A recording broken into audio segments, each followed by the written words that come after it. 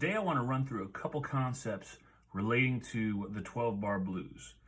And we've worked through the progression, but all we've learned so far when we talk about chords is our basic 1, 4, 5 voicings, okay, which all kind of bases off of the C, middle C, root position C chord right here. But we've also learned about inversions, which is where we take chords, and as long as we have those three notes that make up the chord, for example, C, E, and G, we can mix those around however we like and still retain a C major chord, right? So it could be here in root position, or maybe right here in second inversion with the G in the bass, or even right here, first inversion with the E in the bass. And I'm liking it right here, but this is a nice kind of mid-range.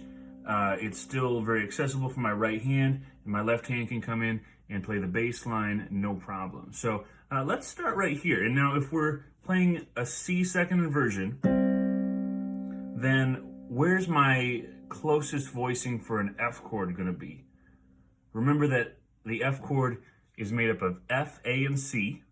Okay, so let's see. Here's my F. Here's C.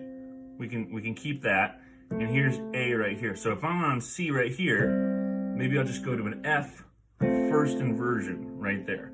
That's an example of good voice leading, meaning that our voices or our pitches, our notes are just moving very slightly to make that F chord.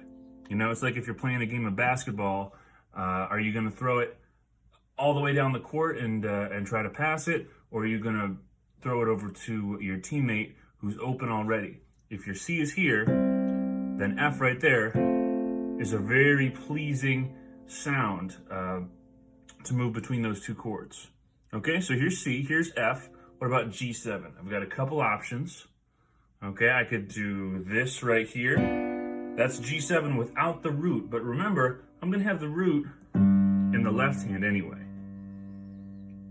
So I'm not too worried about that. I could also do it here. Great voicing for the blues with the 7 in the bottom of the chord right here. Or I could even use more than 3 fingers. How about this one right here? Double the 7, or even add the root up top. Both good options. And that's really a matter of personal choice. Comes down to what pleases your ear kind of in the moment. So we're gonna run through a number of different options so that you're ready for any of them. Okay, so those are my inversions. Let's run through a pass of the 12-bar blues just to review that and focus on using this new space in the keyboard. So starting right here on the 1 chord on C, I'm gonna move to F. So let's do F first inversion, yeah? Back to C. How about G7? Here we go. Feels good. Back to F. And here's C. Let me take it around again.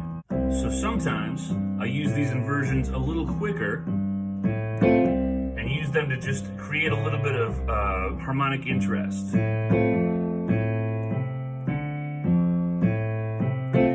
And of course, changing up the rhythm. Did you see that right there?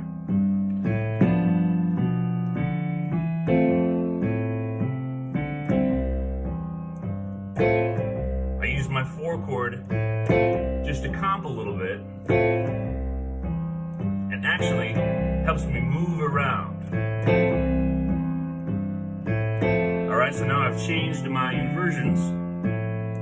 I'm basing this off of a first inversion C major chord. Here's G.